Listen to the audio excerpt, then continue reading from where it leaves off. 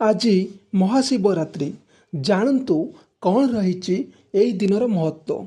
ମହାଶିବରାତ୍ରି ହେଉଛି ଦେବଦେବ ମହାଦେବଙ୍କ ଆରାଧନାରେ ବିଶେଷ ଦିନ। ଏହି ଦିନର ଖୁବ୍ ମହତ୍ତ୍ୱ ରହିଛି। ଶିବ ପୁରାଣ ଅନୁସାରେ ମହାଶିବରାତ୍ରିରେ ଭଗବାନ ଶିବ ସୃଷ୍ଟି, ସ୍ଥିତି ଓ ପ୍ରଳୟର ମହାତାଣ୍ଡବ ନୃତ୍ୟ କରିଥିଲେ। ଏହି ଦିନ ଶିବ ପାର୍ବତୀଙ୍କ ବିବାହ ହୋଇଥିଲା ବୋଲି ମଧ୍ୟ କୁହାଯାଏ। ଫାଲ୍ଗୁନ କୃଷ୍ଣ ଚତୁର୍ଦ୍ଦଶୀରେ ପଡ଼ିଥାଏ ମହାଶିବରାତ୍ରି। ଭୋଳାନାଥଙ୍କ ଭକ୍ତମାନେ ଏହି ଦିନକୁ ବେଶ ଶ୍ରଦ୍ଧା, ଭକ୍ତି ତଥା ନିଷ୍ଠାରେ ପାଳନ କରନ୍ତି।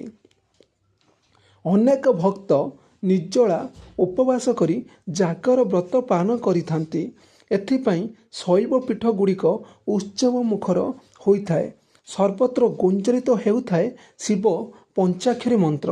ଶ୍ରଦ୍ଧାଳୁମାନେ ଶିବଲିଙ୍ଗରେ ଗଙ୍ଗାଜଳ, କ୍ଷୀର, ବେଲପତ୍ର, ଫୁଲ, ଫଳମୂଳ ଆଦି ଚଢ଼ାଇ ପୂଜାର୍ଚ୍ଚନା କରିଥାନ୍ତି।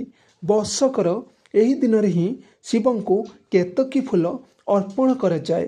ଏହି ଦିନ ଭକ୍ତମାନେ ରାତି ଉଜାଗର ରହି ଦୀପ ପ୍ରଜ୍ୱଳନ କରୁଥିବାରୁ ଏହାକୁ ଜାଗର ବୋଲି ମଧ୍ୟ କୁହାଯାଏ। ଭକ୍ତମାନେ ବିଳମ୍ବିତ ରାତ୍ରିରେ ମହାଦୀପ ଦର୍ଶନ ପୂର୍ବକ ବ୍ରତ ସମାପନ କରିଥାନ୍ତି। ଶିବ ହେଲେ ମଙ୍ଗଳମୟ। ମହାଶିବରାତ୍ରି ଭଳି ଦିନରେ ତାଙ୍କ ଉପାସନାରେ ଭୋଳା ଶଙ୍କର ପ୍ରସନ୍ନ ହୋଇ ଭକ୍ତଙ୍କ ମନୋବାଞ୍ଛା ପୂରଣ କରିଥାନ୍ତି ବୋଲି ବିଶ୍ୱାସ ରହିଛି।